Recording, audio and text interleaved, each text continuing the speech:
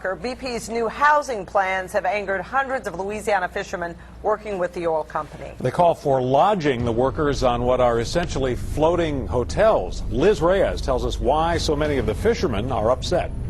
Well, from what we heard today, two of the main reasons are safety and the amount of time they have to live on these floating barges. Bottom line, some say this is the last straw for them with BP. For close to 2 months now, lifelong fisherman Jules Daigle III has been working with the BP cleanup effort to compensate for his lost fishing income. That's meant leaving home before sunrise to head out to the Gulf to lay boom. At the Myrtle Grove Marina in Plaquemines Parish, another big change. The fisherman says BP told him and other fishermen they must now live on floating BP lodges. And they also laid out some other ground rules. We can't lock our rooms, and we all got to share one TV and everything like that, and I'm not in prison. If I want to be in prison, I will break the law and go to jail. The flotels, as they're called, is basically a barge with large storage containers converted into bunk beds, at least 4 to a room. They're also equipped with a laundry and a dining room for the workers, floating in locations like Grand Bayou.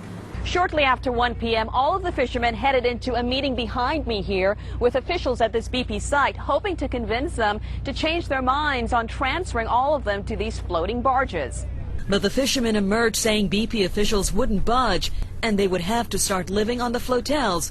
And for some of them, that was the last straw. Fed up. They come out here and fire me right now. It wouldn't bother me. But he was among those who decided to quit. His biggest concern, the safety of living on a flotel with strangers for 18 days straight with only 3 days off.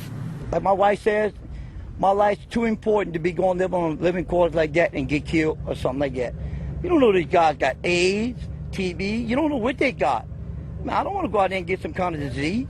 I'm going to go back crabbing. Others, though, say they just can't afford to give up the BP paycheck. I decided I'm going to stay. I'm going to go to the quarter boat and make the best of it. It's that way or the highway, so things are subject to change, and we're going to do what it takes to get the job done. The change is expected to start for most of them in the coming days. For some, it's the latest twist for thousands of men and women whose lives have been turned upside down along the Gulf Coast since the April 20th oil disaster. We heard back from BP a short time ago. They stressed this move has nothing to do with saving money. It's strictly to keep the workers closer to the cleanup, cutting back on the 2-hour boat ride it takes to get workers out to that site.